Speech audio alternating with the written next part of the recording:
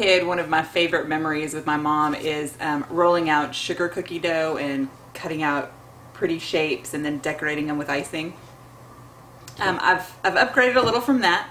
I now do shortbread that's iced, but it's still the same concept. I'm gonna make some shortbread today that's a quick, easy, 3 ingredients, and the butter doesn't even have to wait to be softened. So I have 2 cups or 4 sticks or a pound, however you want to talk about it, of butter, unsalted, cooled, still in the refrigerator. And then I have a cup of packed dark brown sugar. You can use light brown sugar, but I like the molasses and caramel taste of the dark brown sugar, so I use it instead. So the first thing we're going to do is in the mixer,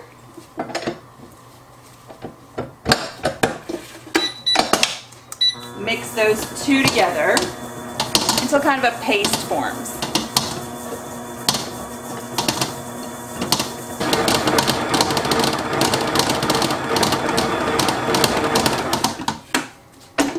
So most of the pieces of butter are fully incorporated. So now we can start adding our flour. It's going to take 4.5 cups total. We're going to start with 4. And then we're going to switch hooks. We're going to start with the paddle. Add in 4 cups. And then I'm going to switch to the dough hook so that it kneads the last half of a cup into the dough without me having to do that by hand, because I really don't like to. It's a lot of work.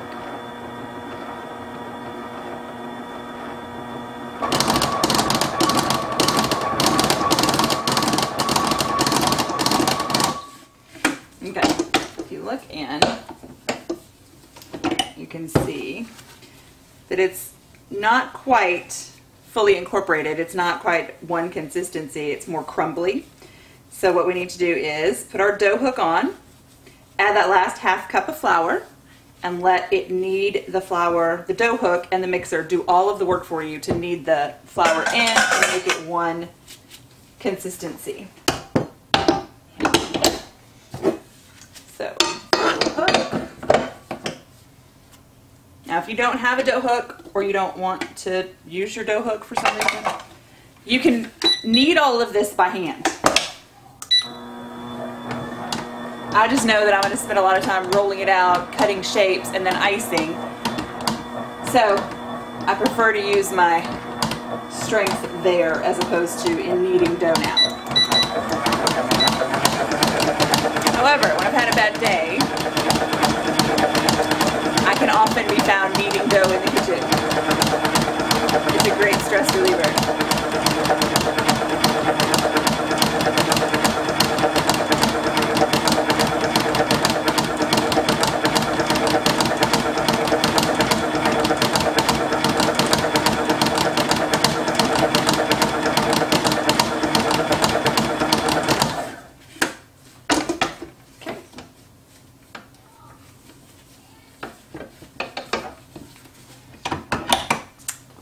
In, you can see how the dough is stuck together at the sides like that. This is the perfect consistency of your dough. You want to make sure that when you crumble it, or when you mush it together with your hands, that it stays together. It doesn't start to crumble apart. So now what we need to do is wrap. I'm going to separate this into 3 different pieces, and then we're going to wrap it in cellophane and let it sit in the refrigerator until it becomes hard enough that we can roll it out. So I've got the dough split into 3 pieces, and all we're going to do is wrap it in cellophane, saran wrap, whatever it is that you use. We use food service film. And then we're going to stick it in the refrigerator, and in about 30 minutes, give or take, it should be ready for us to roll out into different shapes to make our cookies. And I'm going to do my shortbread 3 different ways today. So I'm going to do some in shapes, and I'm going to do some with just sprinkles that we're not going to ice. And then I might do some with chocolate chips that we are also not going to ice. We'll just sit with chocolate chips in it. So we're going to let this chill, and then we'll be back in about 30 minutes. So our shortbread dough has been in the refrigerator a little over 30 minutes. We're going to sprinkle some flour on my cutting board because it's easier to maneuver that way.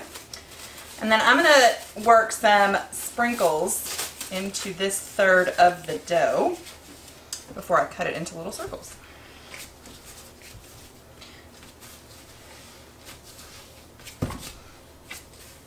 So all I'm going to do, I put about 3/4 of a cup of sprinkles in my bowl so I can start. I'm just going to mush them in. And it makes kind of a mess, but I have a little 3-year-old boy who loves sprinkles in everything that he can get his hands on. So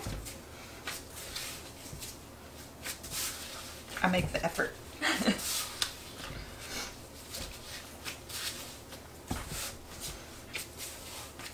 And as we're doing this, as we're working the sprinkles in, we're also working some flour in.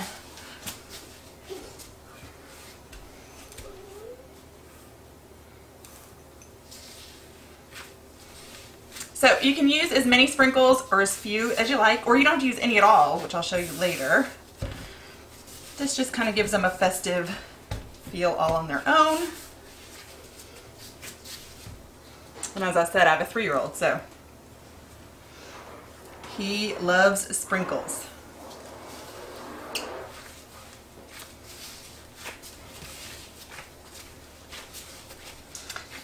All right. That's about 1/4 of a cup of sprinkles. So, and that's in a third of the dough because I didn't use all of the dough on this. Okay, so now I'm going to sprinkle a little more flour on the bottom, a little more on the top. I'm going to take my rolling pin and roll it out. I don't want it too thin, so about 1/4 of an inch thick. There we go. And then I'm just going to cut little circle shapes. I'm going to use the fluted side of my cookie cutter so that they come out really pretty. And there we go. We're going to bake these in a 325-degree oven for 15 to 20 minutes. We'll check on it at 15. What we're looking for is a golden brown edge, and then the rest of the cookie to be cooked all the way through. So I'm just going to continue on until I've used up all of the dough, cutting it out. And I can rework what's left, and you can actually put these closer together than I have because the shortbread doesn't rise and doesn't expand a lot as it cooks. Unlike things like chocolate chip cookies or really any other cookie, they just stay the same size that they are now, which we like. It's like a little bite of happiness. You don't need a ton.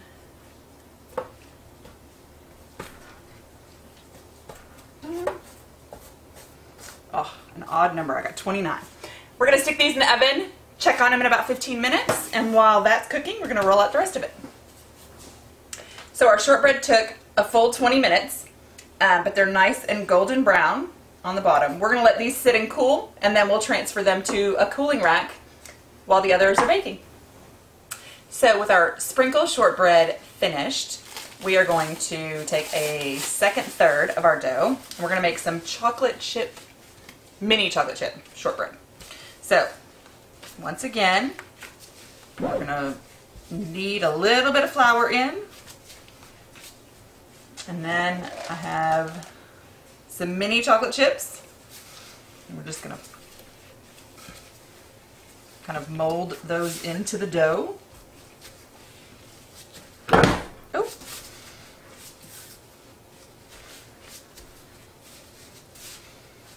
Okay, I'm going to sprinkle a little more flour over the top, just like we did before. I'll roll out. Remember, you want it about 1/4 of an inch thick. Not much thinner than that because they'll burn.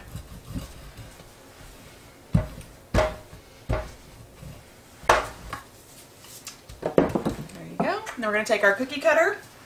Same principle. I'm going to do these without the flutes, just regular circles. And we're going to bake those for 15 to 20 minutes. Again, oven set at 325. And we keep baking until our dough is gone. So 20 minutes later, our chocolate chip shortbread is out of the oven. We're going to let this cool here for another 10 minutes, then we're going to transfer it to the cooling rack, and then it'll be time to taste test. Now we're going to work on another third of our dough in just plain regular shortbread, and this I'm going to ice once it's finished cooking. So we're going to make these a little bit bigger. So similar to the way that we've done things in the past, we're just going to put some flour down, manipulate our dough a little.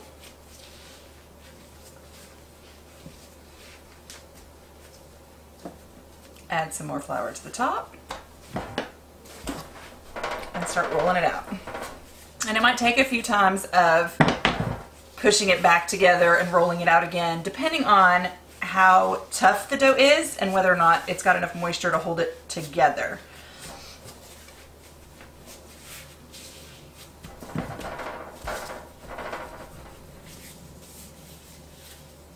When things like that happen, where it gets stuck to the rolling pin, we just put it back together, manipulate,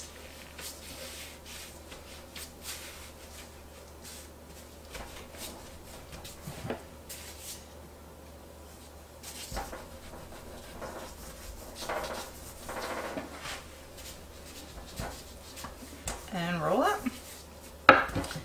So I'm going to use about a 2.5 inch cutter, make just plain circles. And we're going to cook these at 325 degrees for about 20 minutes.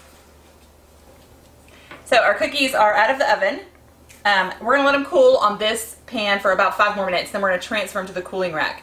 They need to sit on the cooling rack for about an hour, probably 2, so they're completely cool before we ice. Otherwise your icing melts and drips down and it doesn't look really pretty. So our shortbread has had a chance to cool. Our next step is to ice it. And I made some royal icing, which I made on a gingerbread episode if you'd like to learn how to do that. And all I'm going to do, I have a number 4 nozzle attached. And this is piping. And all I'm going to do is make one outline around the circle. Then I'm going to make the flooding icing. And all of these cookies are just going to be white. And then I'm going to pipe a saying on them when I'm finished. So the first thing we have to do is do the outline.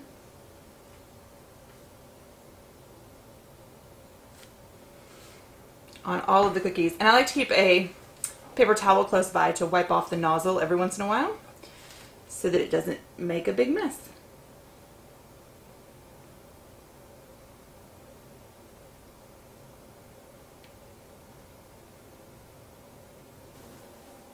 So our piped outline is dry, and now we've made flooding icing, which you can also see on our gingerbread video. And now I'm just going to flood my circles. And what I'm going to do is start along the outer edges. I have a number 2 tip, and I'm just going to squeeze along.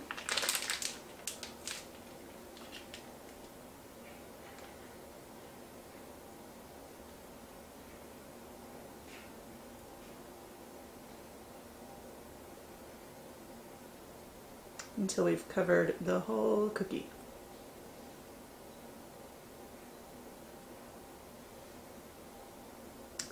And the reason this is called flooding is because, as you can tell, the icing will move to take up whatever space is open.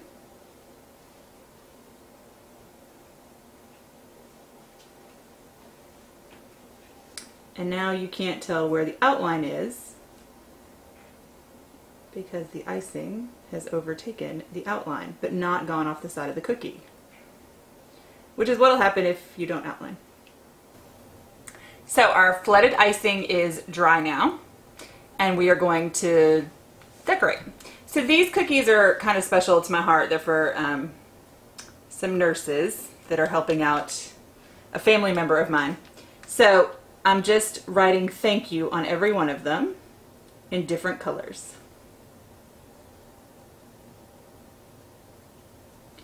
So this is the same piping icing that I used to make the outline. I just colored it different colors. And then I'm going to use it to write on and then come back through and maybe make some tiny decorations just to say thank you.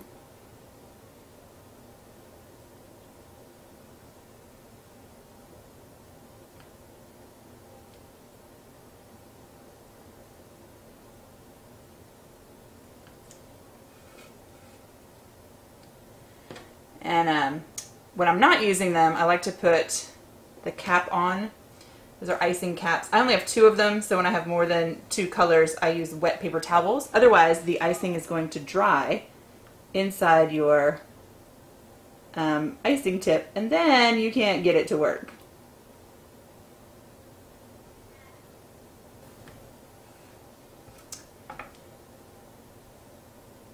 Also, I guess I should tell you that the tip that I'm using for the writing is a number 3.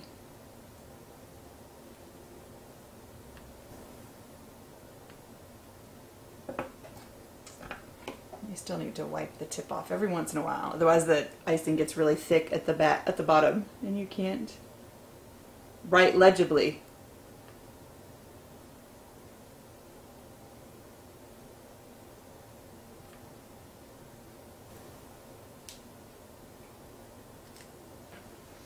Okay, so now all I'm going to do is take the green, I'm going to start there and put little polka dots all around.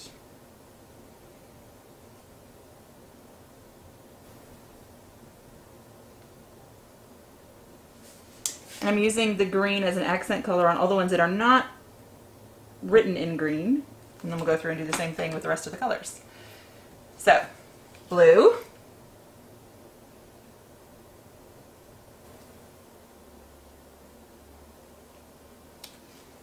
And then we'll just keep going until they're all decorated.